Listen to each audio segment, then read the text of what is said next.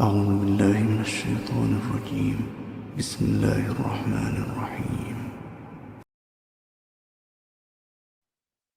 Okay, so really, if we look at all the things we've said so far, we've spoken about the value of time, the importance of time.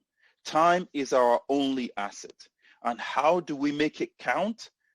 We start with actions. It's only the actions that we do in our time that will make that time count. And actions are either actions of the heart or actions of the limbs.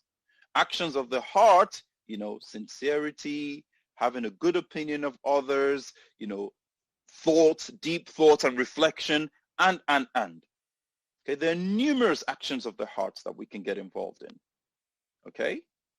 And actions of the limbs, helping other people, investing in yourself, learning and teaching, growing. So many of us, we really, unfortunately, we don't give knowledge, learning. And I say knowledge generally speaking. Of course, the highest of knowledge is the knowledge of God himself. But learning is one of the biggest ways of making your time count, right? And how is that? Think about it. When God wanted to prove to the angels that we, human species, or Adam, our father, was worthy of being a representative of God, was worthy of being the representative of God on earth, right? What did God give to Adam that the angels didn't have, that God then said, because of this thing, he is worthy of being my representative? What was that thing? I'm looking at the chat. Knowledge. Excellent. وعلم آدم الأسماء كلها ثم عرضهم على الملائكة فقال أنبئوني. Allah taught Adam all the names. He gave Adam special knowledge that the angels didn't know. How do we know the angels didn't know? When the angels were asked, they said, Subhanak, far exalted are you. La ilma lana, we have no knowledge. Illa ma allamtana, except the knowledge which you've taught us. Innaka antal alimul hakim. Indeed, you are the extremely knowledgeable and most wise. Right? So Allah gave Adam knowledge, and via this knowledge, he said, look, he is worthy of being my representative on earth. So one of the biggest ways you can make your time count, learn something new, invest in learning something for yourself, right? That will benefit you and will benefit those around you, that will benefit you in this world and will benefit you in the hereafter, right?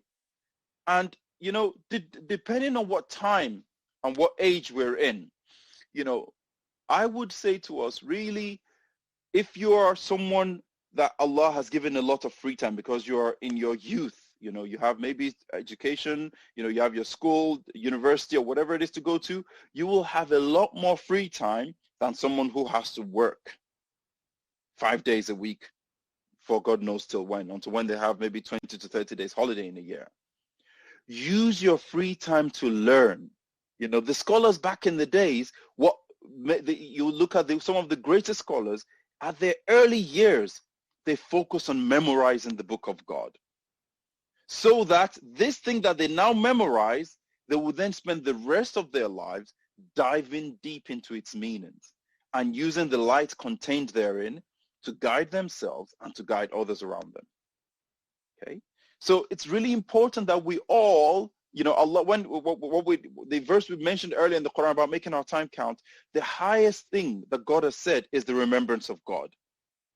And the best of remembrance of God is the book of God. Okay?